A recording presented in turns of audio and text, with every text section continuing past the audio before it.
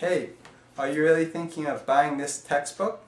Well, if you're like me, you were probably assigned to it by your professor in world religions. Well, let me give you my opinion and a few others that have already completed half of the book, so we can give you a heads up on what you're spending your limited funds on. I feel that understanding the traditions and current issues facing a religion is the key to understanding religion, and this is what the textbook offers. My favorite part of this textbook is how ancient traditions are adapting to modern social changes. For example, here's a picture of Muhammad Ali, and here's another picture of an Amish lady on a cell phone.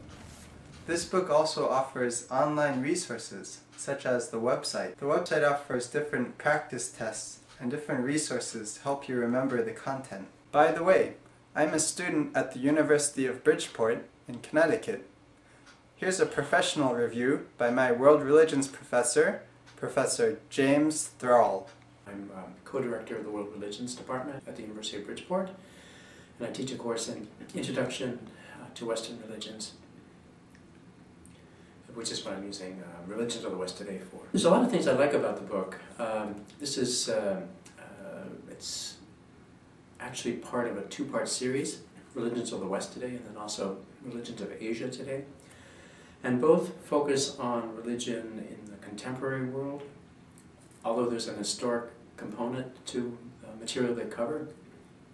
Other textbooks that I've used or looked at tend to focus almost, well, not exclusively, but primarily on the history of the various religions.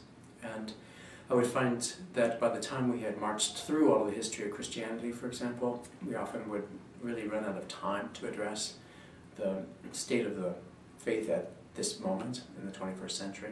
Whereas this text takes that as its focus and then touches on the history as a way of supporting what it has to say. The reason that I liked it has a lot of pictures, a lot of graphs, maps, sort of breakouts, so that the text itself is, or the pages themselves are a little bit more accessible. Unfortunately, the paperback version that we're using has quite small print, which may be a negative factor for the reading of it.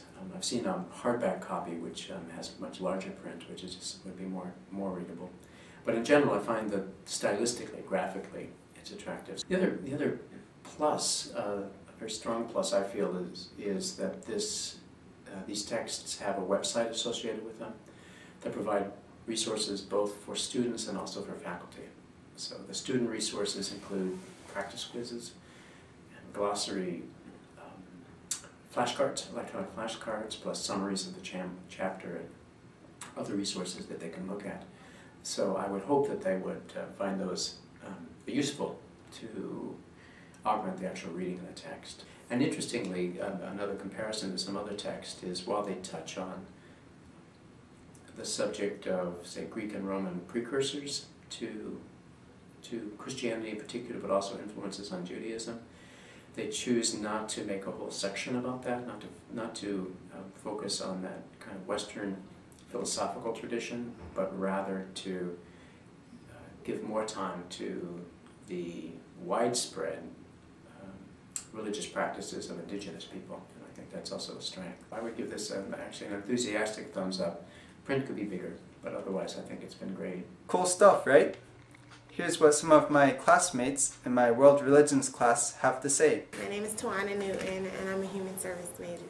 It's a pretty neat book. It's kind of you get an overview of several different kind of Western religions, and it kind of gives you a more detailed, depth version of religions that you're kind of unaware of. Thus far, the most interesting religion was Judaism. I think they could have more like study questions along the chapter, just things that we can make notes of. As far as that, we might have questions of that are not, and the glossary is kind of limited.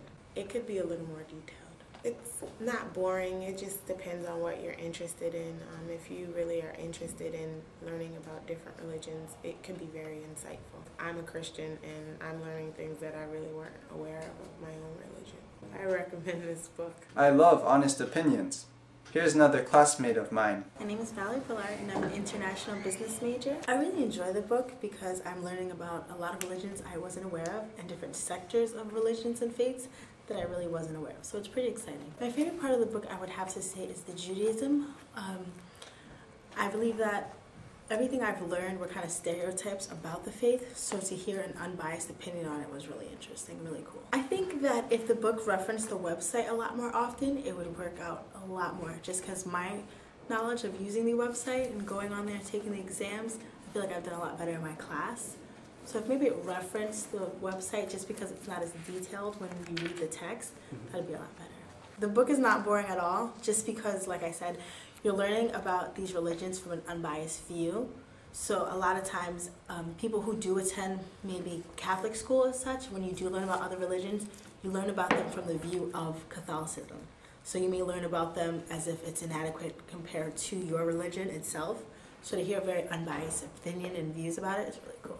One interesting thing I've learned about this book is the customaries of the Judaism religion.